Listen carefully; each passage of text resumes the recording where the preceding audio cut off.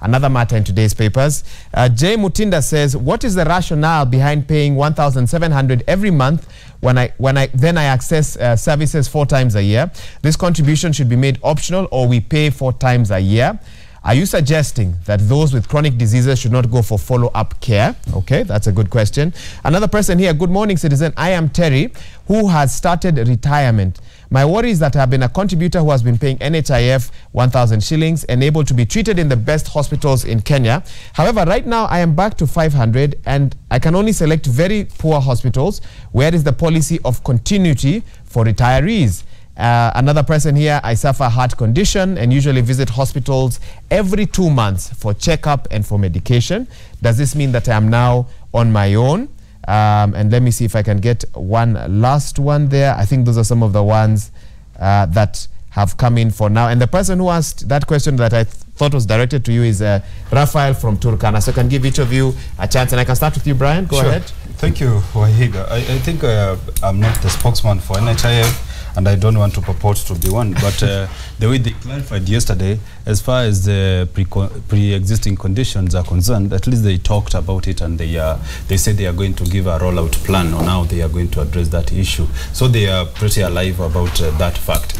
And as much as about the issue of the number of visits, exactly. I think they were also categorically, because I listened also to them yesterday, and they said it's 4 times per family per year.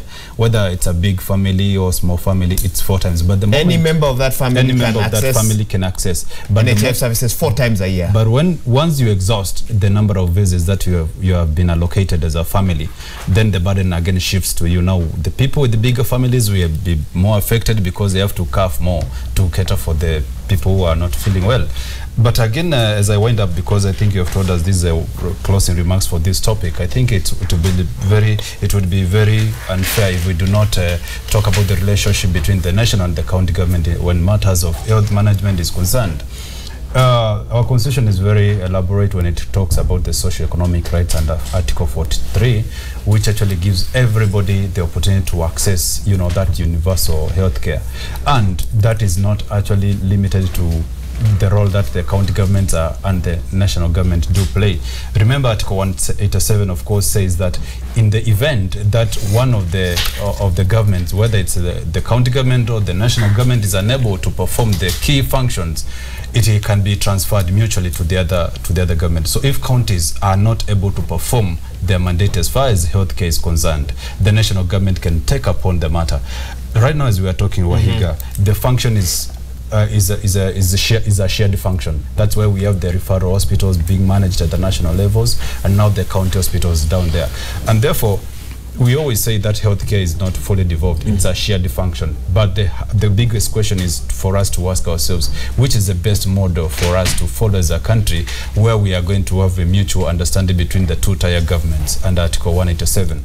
The solution to me lies still on having a good framework where, as Bonamanzo has said, we need to have a structure such as the Commission of Health Care, something like that. Just like the Teacher Service Commission, Police Service Commission, it would be prudent if we have also a commission that caters for doctors, so that for medics, so that we can have a centralized sort of organ which addresses both the national government and devolved functions of health as far as healthcare is concerned. Okay, thank you so much, Dr. Karanja. Thank you. Article 10 is all about participation, and I think NHIF and the management will be able to address this issue, which Power Breakfast, you've taken it head on very well, and you're getting all this, and I know wherever they are watching. They have good systems of getting the information so that they can come again out and be able to clarify, because these are four visits per family. So which one? If it's a family which has hereditary issues, so will they sit down and vote also? Who shall be going? And I think this Mr. Jeffrey Mwangi for the NHIF boss will be able to explain that. But again, I want to ask Kenyans. We always talk about government, but do you ever think, if government, you run it like an enterprise, what do you do for it? Because we are very, very fast of saying we need this, we need that, we need whatever. But again, it is enshrined in our Article 10. Should government be run like an enterprise fully? It has to, because it is providing key services to the people. Remember, it is services that's running to the people. It is getting the money from the wananchi. The government gets money how does the government get money? It's taxpayers. That's privatization. Period. That's so privatization. when thank you. So you know, finish. yes, thank you. You know, Brian, you know, sometimes it's very good to appreciate, but everything you hear people talking, bring this commission, bring that commission, they're all taking Kenyans' money. We want to have devolution 47 counties. We want 42 ministries. We want all this. At least also the constitution, something that it did very well. It capped the number of ministries that can be there. But again, we have the state departments. You see, all these things is about leadership and governance, and we all need to participate and contribute. And my closing remark on NHIF, let us right now that they have touched the buttons to the people. Everybody, they also create a forum, people to respond, so that they can be able to get what is this really that's hurting them. But the biggest problem I know in any business model, NHIF as a fund, where the biggest challenge would be coming is the people that claim. Who are the service providers? What do they claim? After, when you go to that hospital, when you have given the NHIF, do they charge that visit 100 shillings or do they charge 5,000 because it's NHIF, which depletes the fund again. Okay. So the business model and the service which Mheshimiwa and this spoke about. Yes, the balance that Mheshimiwa Manzo was speaking about. Because again, when we Kenyans start behaving badly, you go with an HIF card, maybe the consultation could have costed 200 shillings. Then that hospital charges NHIF 5,000 shillings. So the fund, even if it's so much, it gets depleted. And that's why the challenge we have. And I think that's a great conversation we need to have in the country. And I think we need to have the CEO here next time when we're talking about this, because a lot of people are asking. I wish he was there to clarify some of these issues. Go ahead, Ruth. I will try and speak in the most simplest of terms, because I think for me, the matter of health is a question of, am I going to be alive, as a result of a disease that I have suffered or not, and is there proper health care to ensure that even if I am going for these 4 visits, that I will actually receive the best, health care that's available to me. So, Martin Luther King Jr. once said that of all the forms of injustice, of all the forms of inequality, injustice in the healthcare system is the most shocking and inhuman for any country. So I think that we really need to, as I said, have this critical discussion, because even as we politic, I think one thing Kenyans need to understand is that we actually have the power to set the agenda of what politics should be. If anything, now that we know that the healthcare is one of the most important components of a society, and we know that it affects the majority of Kenyans across. It's one of the issues that cuts across, regardless of your tribe, regardless of where you come from. It's an issue that cuts across. We need to begin to put it at the center of politics, so that even as we are having these public consultations, elections are done, we have new leaders that have been elected. Can we sit down with our leaders? Because our new constitution has done a very good thing by introducing public participation. The moment we begin to have these forums with our leaders, because very soon the ones who care about the society will come to us and ask us, what agenda do you want me to pursue, or what should I put at the forefront? Let us begin to have conversations around health with our leaders. We begin to tell them, look, we need to have proper healthcare systems in place. Remember that in as much as the governors will tell you that, oh, we are still waiting for money from the national, we are still waiting for money from the Ministry of Health to be able to ensure the healthcare services are affordable and are given to us, to you as citizens, as required by law. Governors have the power to actually go out of their mandate and seek funds, to push certain development agenda and programs within their counties. We need to task them and tell them, look, since you have these powers, can you kindly go out of your way, write proposals? You need to ensure that our healthcare, healthcare is put at the forefront. Like I said at the beginning of the show, I once did a project at Kakamega. I was just basically reviewing the maternal healthcare system. And the governor then had put up a very good program for community healthcare workers and the traditional birth attendants. And he put them on a program whereby he sourced funds from, I think it was World Bank or one of those international donors. And basically what they did is that they trained traditional birth attendants, who are called wakungas, and they also trained healthcare workers to work together with the county government hospitals to ensure that mothers, the maternal mortality rate reduces. And Kakamega was leading in terms of maternal mortality rates. Children were dying. So what did they do? They became innovative. So we need to call upon our leaders to become innovative. You're sitting next to a leader. Become innovative. I hope he's hearing you. Become innovative. Encourage these governors to go out of their way to seek funds, because we cannot afford to have people dying every other day because now the limits of NHIF visits have been cut. Good. In as much as NHIF has limited the number of visits, yes, can we have county governments being innovative and seeking I funds want to allow him a right of reply even as he gives us his thoughts. Yes, first I want to say that you know, NHIF can only operate within the law, and the only body which makes law in the country is Parliament under the Constitution. For them to purport to have made such a law or regulation or recommendation or whatever instrument they make, it must end up on the floor of the House for approval.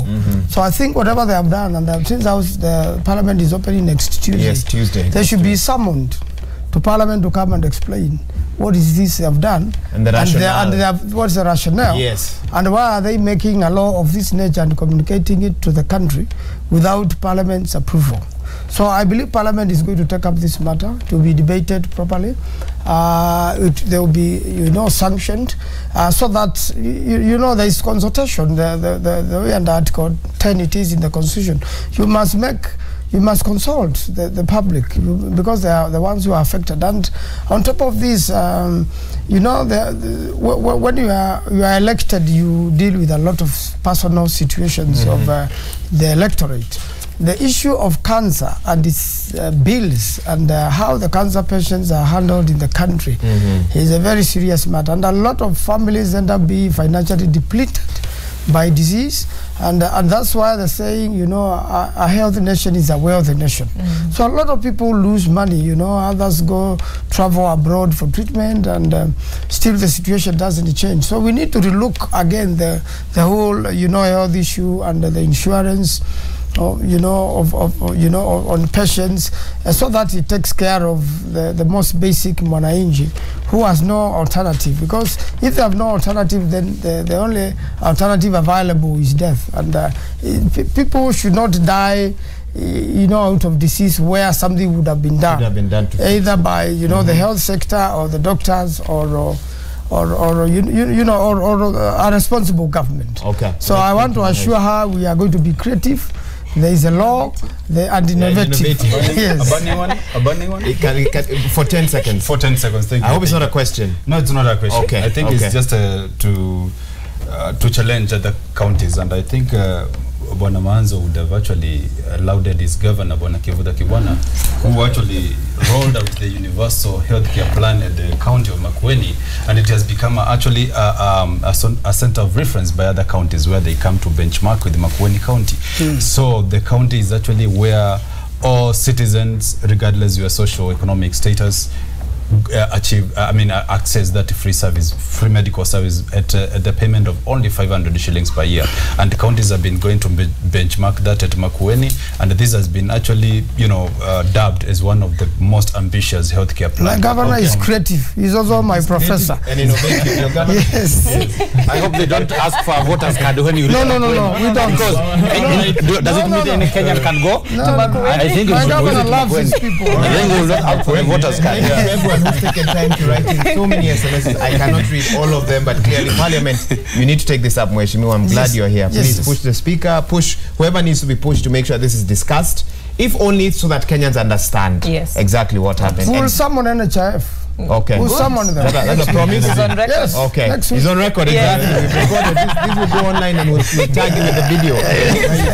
Because Mheshimiwa, I'll show you the SMSs later on from different parts of the country. Kenyans are very concerned about that notice sent out yesterday by the NHIF, and I hope the CEO, as you said, is watching this program.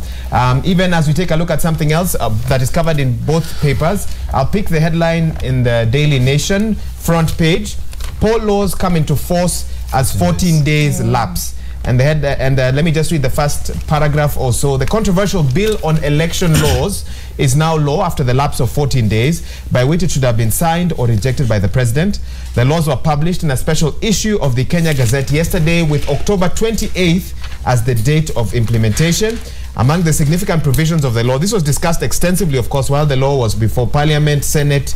It went through some form of public participation, although many say the whole process was acrimonious. But let me read some of the provisions.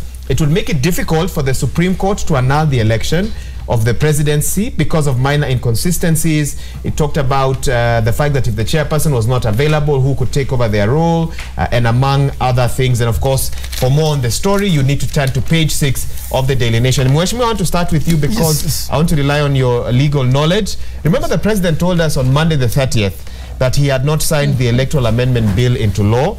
He was at some point quoted as saying that he was compelled by his conscience, listening to Kenyans from across the country who say, you know what, we're not happy with this law, and he said that touched him and he did not sign it. Were legal teams aware that, you know, what can we then say about his legal team? Did they not know that this would go into law if it remained unattended to on his desk after 14 days? First of all, this is a very unfortunate law, and the parliament was only a rubber stamp of the executive. So the president cannot run away from it. But anyway, it has a very quick solution. It will be nullified by the courts because most of it is unconstitutional. It purports to amend the constitution through the back door. So the Omutatas and others, and the civil society and the lawyers and the people of goodwill, I believe, will be approaching court so that the courts can nullify this law. You sound very confident. Have you? Are you you're sure they are going to court? I'm very sure because this was just the way it was meant. You know, there's a culture which has come to Kenya which is very unfortunate. It's a culture of dictatorship where parliament, even if you purport to debate, you can't do much. You are careful even with your debate because should you make certain statements of independence, like many other great legislators you know of, like Kabando will express his mind, then that begins to work against your politics because the political party will lobby itself in a way that such a legislator is not wanted, such that the owners of political parties are able to frustrate a member who wants to do the right thing. And it is a serious dictatorship whereby parliament is dictated, and this is against what was the wish of Kenyans when they were making a new constitution.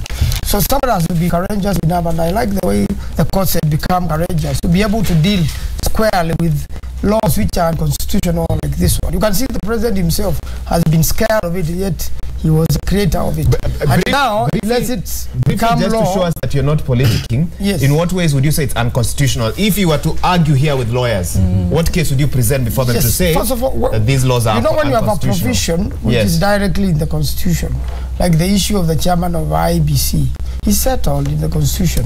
You can only amend the constitution, which is done through either parliament on 2/3 majority or through a referendum. So there are provisions in the whole of that law which are unconstitutional or fail the moment a law is unconstitutional, is null and void. Or the moment it conflicts with the constitution, it becomes null and void. So I believe just like the security laws, which parliament fought and we went to court and most of the sections were removed. The courts may not move everything. Courts may, because definitely amendments of the law are required. You need, and even the courts suggested to some lawyers and to some litigants, you are approaching the wrong body. You should be in parliament. But now when it comes to parliament, it was overdone because it was a proposal from the executive. I raised issues of it on the floor of the House. Even the way it approached the House, it had some fatal defects, and some of them were attempted to be rectified, others were never rectified, and you could see everybody was helpless, from the speaker to leader of majority to the Jubilee members. Everybody was helpless. Okay, none of them are here to defend, so I don't know if you say that they have, but that's your opinion, Brian. But we'll be in court. So for you, you're not worried. You see that this it will be a simple matter. We'll go to court, we'll nullify. Brian, he's not worried. What about you? I think I want to speak this from a governance aspect and also from a legal perspective. I understand the pain through which Mheshimiwa is actually articulating issues here, punching some holes on the laws itself, on the law itself. The provisions to me look quite okay. They seem to be the antidote to the problems that we were experiencing as a country in terms of the legal lacunas that were existing.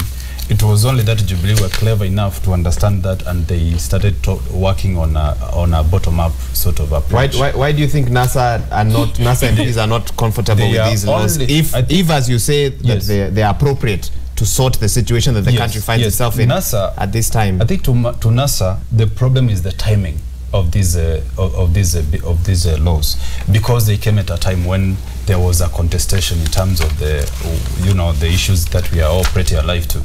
And it's like they felt that it was like changing the rules of the game in the midst of a contest. Honorable Manzo, is that correct? No, he says it's not. Okay, let him carry on. I'll come back to you. Let me carry on, because when you look at the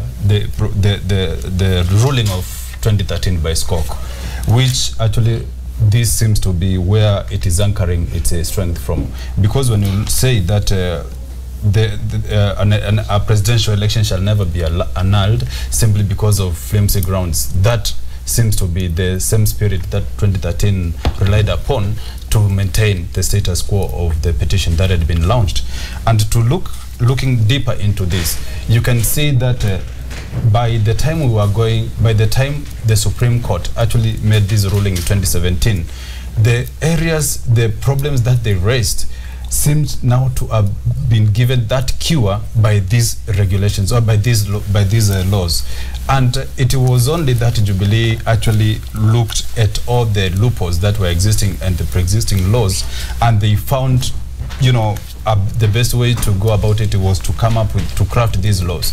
NASA, if it was actually favorable, I can tell you, if the laws were to favor them by that time, they would still support them. But they are saying it's unconstitutional because they never went through the right procedures in terms of the enactment. I will tell you that the role of Parliament is to enact laws, and they did so. Whether there was a quorum each in the Parliament, whether there was lack of one side participating, that's another debate, because the standing orders of the National Assembly are not clear. Are the laws good for Kenya as opposed to favorable for one side and not favorable for the other? Are they good for Kenyans, for the wananchi? According to me, from a neutral perspective, across the country, the laws are good, but the problem is the timing and where you are sitting politically. Okay, Ruth? I think we need to understand the content of these laws for us to determine whether they are good or not. From, again, like he insists, a neutral perspective, and having looked at the Constitution, I honestly feel that these laws are very unconstitutional to begin with, and they are not in the spirit of the Constitution, which is basically, the Constitution clearly says that in interpreting this Constitution and in making further laws, to support the constitutional provisions, the interpretation and the making of these laws should be able to promote good governance, should be able to uphold the spirit of the Constitution. Remember, when we were giving ourselves this Constitution, we were basically coming from a point of the 2007 post-election violence. I think that's what even pushed us to now say, well, now that we rejected the first proposed Constitution in 2005, we really need to have a new Constitution. And one of the critical aspects that the new Constitution was seeking to solve was electoral violence that emanates from elections disputes.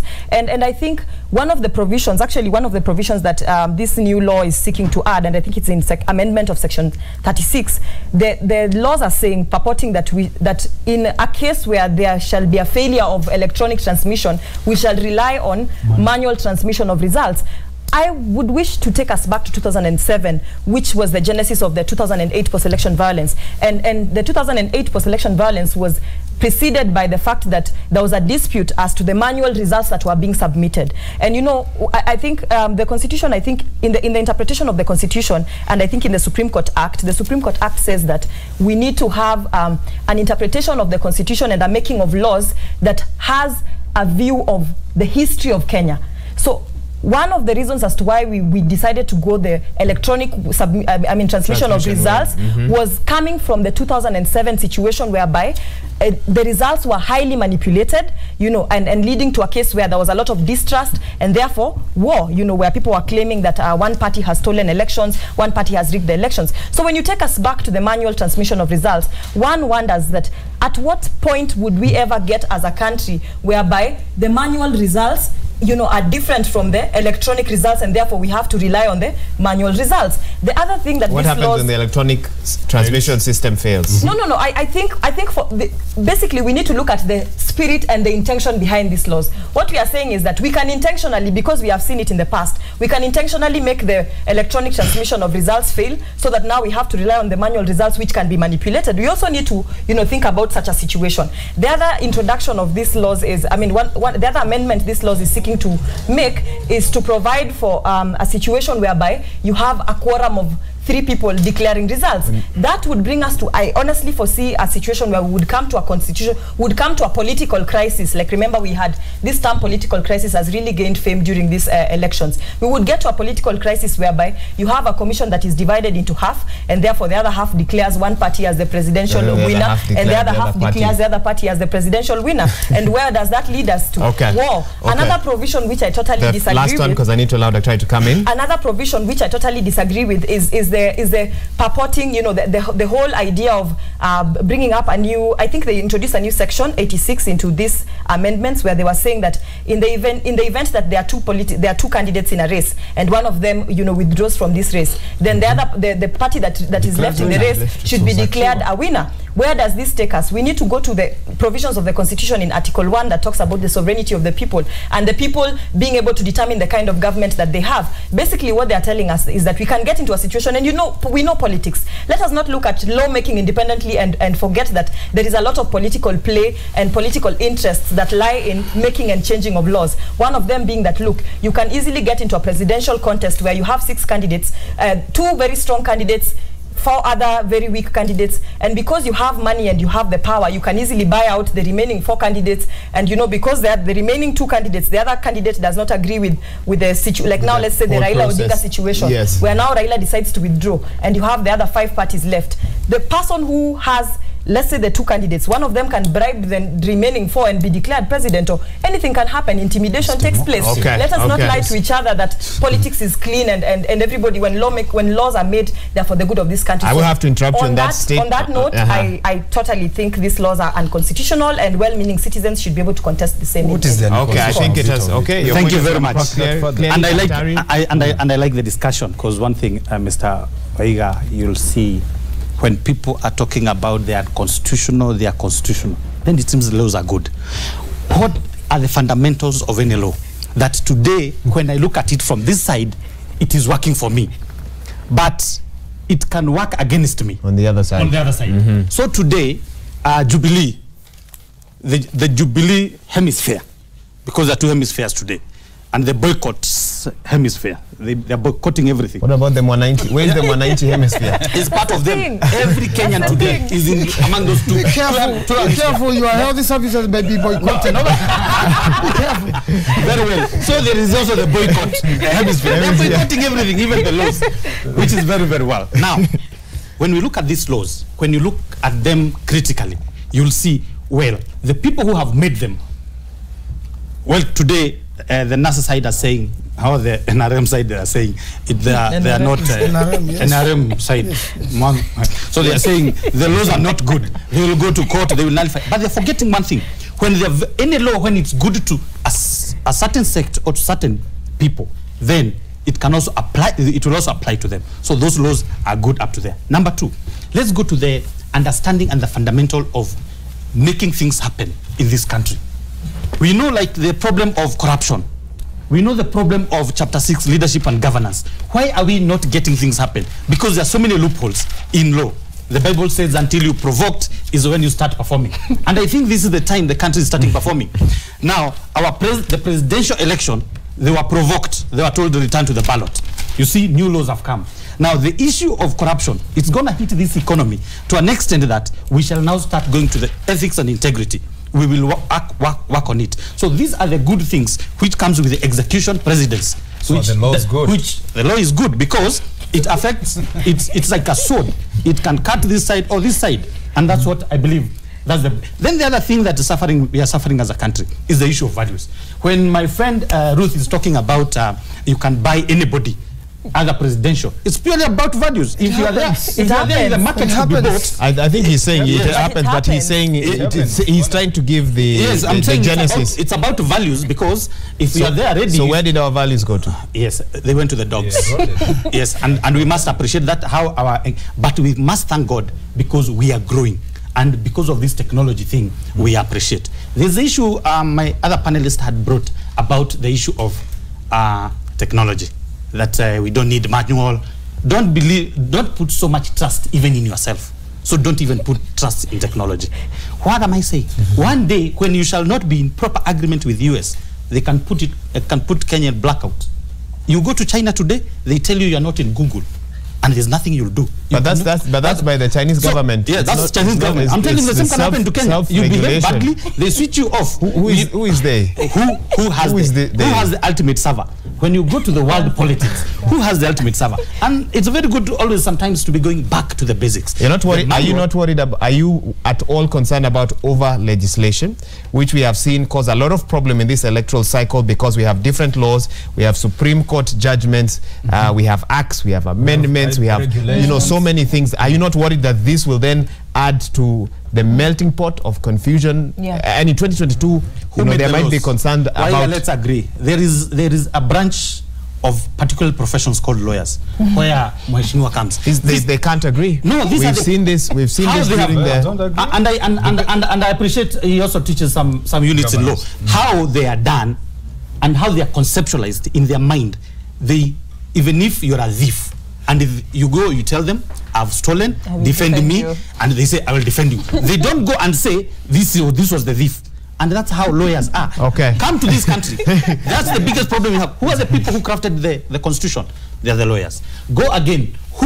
And you can see even right now, they said IBC chairman should be a lawyer. Every commission must be a lawyer. These are the same people who defend their client. Now, when you go to these commissions, they are on which side of the political divide? That's why this country is going to the dogs. Thank you. We'll leave it on that. Honorable Manzo. So the next question is, when did the rain start beating on us? I'll come back to you for you to answer that. I just want to say that, the law is double-edged sword. They say it's like a donkey, anyone can ride it. But that's new. That's a new one. but you must be a little. You must. Go ahead, we have a Mheshimiwa. constitution, yes, which we have agreed upon on a referendum, and the sovereign power of the people endorsed it, and it is subject to change by the same people or people they have donated their sovereign power to. The problem with these particular laws was that you can see even the president's conscience bothered him because of the mischief which this law was being made. You see, every law is supposed to be sorting out some mischief, but this law was bringing in a mischief on board, and we have to be careful. Therefore, we have courts which can think soberly and can advise the country way forward, and I believe we have enough people willing to go to court and rectify this situation. Since now the laws have become, they are now a law. But to end on that particular note, the president has a duty under the constitution to refer back. That's why he has that period to sign or refer it back to Parliament with comments. And I think he lost that particular opportunity because of the mischief which was attached to these amendments. So okay. Last one. Oh, yeah, it's me. Okay. Go ahead, Brian. I'll come to you, Ruth. I just wanted to dive on something she had actually mentioned in terms of, in the event a presidential candidate bolts out of a presidential contest. Or boycott. This seems to be one of the problems that we are facing as a country, and it seems to be the genesis of all this give and push and pull issue with the confusion and the quagmire that we are finding ourselves in as a country. And when you look at Article 138, it is silent on what happens when a candidate withdraws from such a race. And the laws that Jubilee, I don't know whether it's Jubilee or Parliament passed, you could it's debatable. It's Parliament because it went through all the processes. And I believe Mheshimiwa, you got a salary, so it's the Parliament. That's a new twist on the debate. Yeah, because if NASA aligned MPs actually were, honest with themselves, they would have participated in this, because as he has said, they have been drawing salaries from the checker. Nobody boycotted the salaries, so to speak. So Article 138 does not expressly give the way forward when a candidate withdraws, and therefore the new laws, the amendment that actually came from Parliament gives this kind of solution. So if if Article 138 had actually just inserted the word "or dies," other than what is actually provided there, it would have solved the problem that we are finding ourselves as a country completely without the issues of referring. That's why we are saying it is a constitutional amendment. You see, you are talking of Article 138. Of the You should have Constitution. now amended Article 138 of the Constitution, but not going to make a statute of Parliament to purport to serve as a constitution. So a near referendum or something. Yeah, of it's the a sort. referendum. It's a referendum issue. But for you, Brian, But who, there's nobody who withdrew again on this. We have so many It's a referendum provisions. issue. let me finish, please. We have so many provisions that are talking about this issue. And if the Skok ruling is anything to go by, because some people are saying that it was a obiter dicta, something in law we call just a by the way sort of deliberation in the court, which actually in 2013 actually gave that ruling that states that in the event there's a rerun and one of the presidential candidate actually withdraws, there has to be a nomination. Then again we go to regulation 54 of the IBC regulations, which actually says that a presidential candidate, when he bolts out, he has to have 3 days before to resign. And fill a form. To fill a form, which is actually called. So what are you saying? That one foresee a situation whereby you are in a general election. The law is very clear. So let's just go back to court and forget about this debate, because it is already clear. It's unconstitutional. But hang on, Ruth, go ahead. I think during this election season, they said one of the biggest terms that everybody was using, even the slay queens, was that the law is very clear. And we are not sure it's clear from which side, it depended on which side you are looking at it from.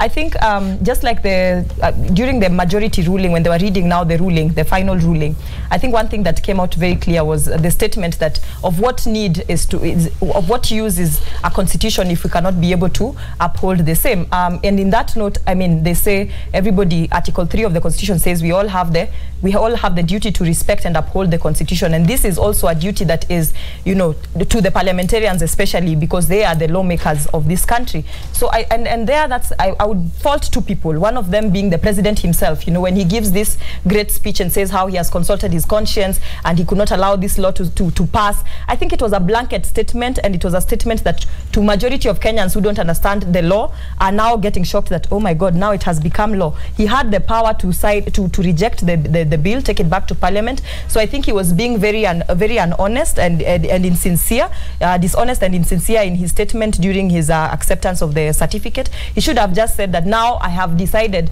not to go silent, but to do something about this law. Then again, the question of when laws are being made, whose interests are these laws serving? Because if NASA, and now I'm taking a very neutral position, if NASA legislators clearly felt that this law was going to be unconstitutional, was not going to serve the interest of the country, they should have debated it. The fact that they boycotted going to Parliament to debate the same, they were basically saying, this law is not serving our interest. They approved it by their silence. In their strategy of boycotting everything. Exactly. I think they approved it by their silence when they said, now we are not going to debate it. Maybe debating it would have changed things. Maybe debating it would have even brought to the citizens the point of view that they're trying to say. No. Given it a form of it doesn't work. No. I can explain how it works. Ordinarily, Parliament as lawyers and as a system, the moment a law is unconstitutional, it does not even get to the floor of the House. What was happening here is the executive himself was pushing this law to Parliament to rubber stamp. But what he did not participate in was the rubber stamping. And we refused to be rubber stamped. You see, I think they should have even raised the issue that they are pushing an unconstitutional law from the word go. So I think honestly we needed to have the participation of NASA. If they clearly felt that these laws at some point are going to be unconstitutional, are not going to serve the interests of the people, they should have participated. And the issue of also the general public participation should be considered. Was it sufficient? Was it enough? Was there enough period of time for Kenyans to understand how this law is going to affect us? I think now we are getting into a position where, as a country, we only make laws and we only go to Parliament as legislators to defend laws that serve our interest. And when they don't serve our interest, we choose to be silent. We need to ask our legislators what are they being vocal about. Both of you to give Dr. Karanja a chance to give a last statement on this. I think they want to, for you to participate in law, I think you need to go to, you need 4 years in law. How many years, Manzo? For when you're talking every Kenyan to start going to do law. He's a journalist, I'm a consultant in management and leadership. So let lawyers do what they are good at. So let us not all of us say that we are going to do law so that we can participate. We only participate what is affecting us. When you're talking about the president's conscience, and you asked a very good question. When you asked, when you said, I'll say it's the fault of the president's lawyers or the legal team, but not the president. Personally, you can't blame somebody's conscience because he's the one he talked but how he felt about acted. it. Excuse me. So what are I saying? The president said, I looked at it, so where he kept it, whoever who took but his legal team must have known. And it's not the first time if they went to him immediately or before or after that. But when you're going to persona somebody's conscience, you are going to higher level, what we call beyond just a sentence. Now, you cannot start coming to live television and say the president was dishonest. Now, you're combining some value etiquettes whereby you're going to affect somebody, which is wrong. So, for that, I'm not talking on behalf of the president. Has experience but what I'm saying, the president conscience, he said on live television as well, my conscience, when I looked at it, I did not touch it. So the other people, the NRMs, the people who are being paid a lot of money there in parliament, they could have dealt with it. So that's number one. Number two, there was the issue. Can I respond? There was the issue. We are out of time. I don't even know. Thank you. Right. Then there's the issue of, I hear people talking about there was a NRM, they're doing a very good job. NRM, this resistance. And they are doing a very good job by boycotting everything. They even boycotted elections, which happened. I don't know if they have started boycotting salaries because Kenya has to continue. And this is very good, important thing. Then they don't follow even the law themselves. When you say somebody has withdrawn from presidential, then there's a form he doesn't sign. Then we see him. And he had funds. They gave him 70,000. His legal team advised him it was not necessary to sign that form. That's the thing. So now it seems both sides, it becomes political when your legal teams decide otherwise. Okay. Which is okay. I can only take. I have to stop you there. We're really out of time. One word, please. Brian, one word. One word. If I can use that phrase. Brian, briefly, please. I think I just wanted to take the debate back because when Manzo says that they didn't want to participate in parliament proceedings simply because the whole bill was actually unconstitutional, and he has been challenged by one Ruth that they ought to have done something. They ought to have participated. So they say they did something. They did. They said they didn't want to participate because if I you don't want to be rubber stamps. They don't want to be rubber stamps. But I can tell you, Manzo, if you had the majority in parliament, I'm sure you would have participated in the whole process. But because they knew that their numbers were not enough to counter the moves by Jubilee members, they did not have a chance to do that. Fair enough. I've given you your one word, Ruth. I just want to quickly respond to him by saying this. The president is not new to Dr. Karanja. The president is not new in lawmaking. He understands that when he does not agree with a law, he needs to take it back to parliament. It's not the first time a bill was presented before him. He's been in office for 5 years. There are bills he has rejected in the past. And so what he should have just done is, in line with his conscience, he should have said, you know what, I'm taking this bill back to parliament. I do not agree with it. You don't just sit and say, okay, fine, I do not agree with it. It is like saying, if there's a crisis in this country, say for instance, there are floods, if there's, say for instance, killings that are going on by Al-Shabaab, then the president, then what we are saying is we are giving the president the leeway, and whoever becomes the president even after this, the leeway to come and address us and say, you know, my conscience does not agree with the killings that go on, and so I will just sit because my conscience does not agree. He needs to go beyond conscience, and that is why he is the president. If he feels something is not right for this country, for the system, for the general good of good governance and the lawmaking process and the electoral process, he needs to do something over and above telling us, my conscience did not allow me to pass this law. Fair enough, and that's how we wrap up this discussion. Clearly, we will not get to the end of this, but we certainly hope you at home have had enough chance to listen to some of the facts, even as you take a look at what is happening around the country. Even as we wind up this discussion, I don't know if we can briefly look at page 14 of The Nation. Is that possible? Just very quickly, there's a cartoon there, and that's how I'd like us to finish by taking a look at how Munene, the cartoonist, captures the state of the nation with a bit of humor. Are we able to put that on the screen? Okay, it's coming up shortly. We see legislators. Honorable Manzo, it's good you're here. So at the top of the cartoon, the legislators are saying, we don't recognize Uhuru's win and government. Another one says we'll boycott all government operations.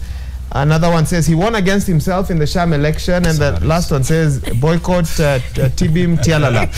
But at the bottom, you can see members of the public asking, none has indicated boycotting salaries and allowances. That has come up. It's on today's cartoon. Nation, page 14. That's how we wrap up the broadcast. Many thanks indeed for finding time to be here with us, for watching us wherever you're watching us from. Honorable Manzo, Ruth, Brian, and Dr. Karanja, asante sana once again. Do not go anywhere. The Power Breakfast Show continues. We've got so much more lined up for you on this 3rd day of November 2017. Many thanks indeed for your feedback as well. But for now, we take a quick break.